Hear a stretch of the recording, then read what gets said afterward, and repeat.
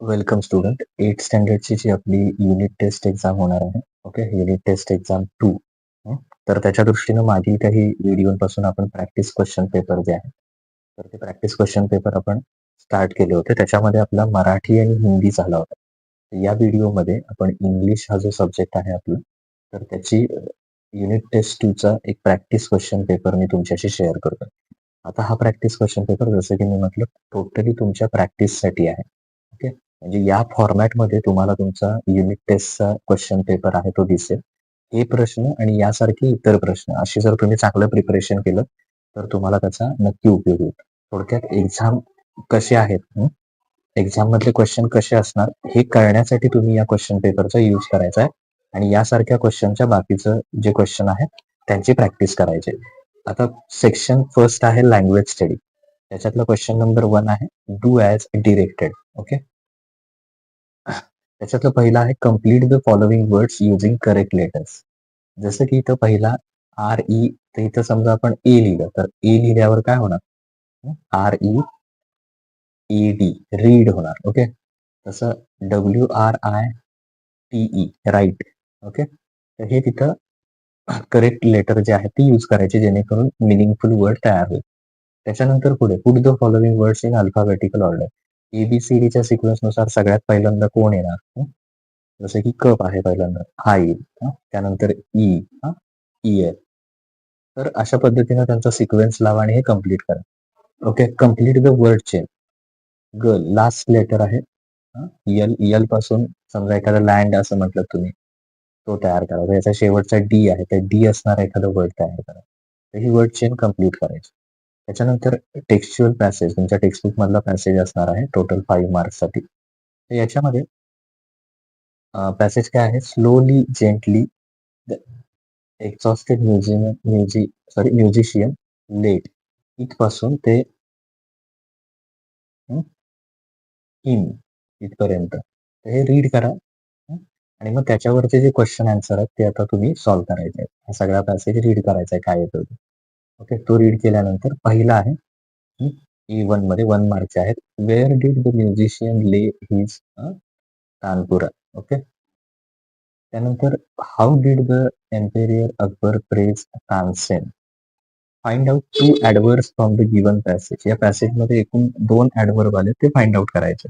ॲडव्हर्ब्स. Okay. कुठलेही 2 find out करायचे adverb दिलेले. त्यानंतर Tansen bowed in a silent gratitude.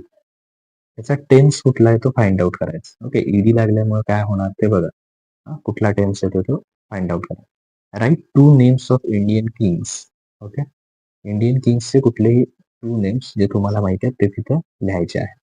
त्याच्यानंतर पुढचा आहे unseen passage. Okay. Section 3 unseen passage, तो सुद्धा सेक्शन 5 मार्क्सचा आहे. त्यासाठी तुम्हाला हा पॅसेज आधी रीड करावा लागेल.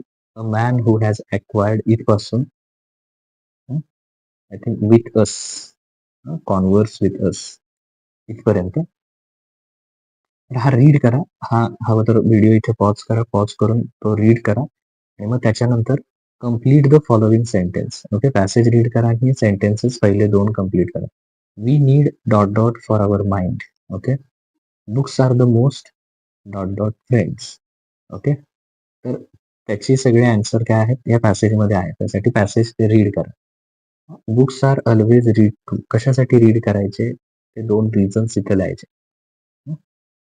ते लिहिल्यानंतर आता पुढे बघा. Find the opposite words from the given words. Okay.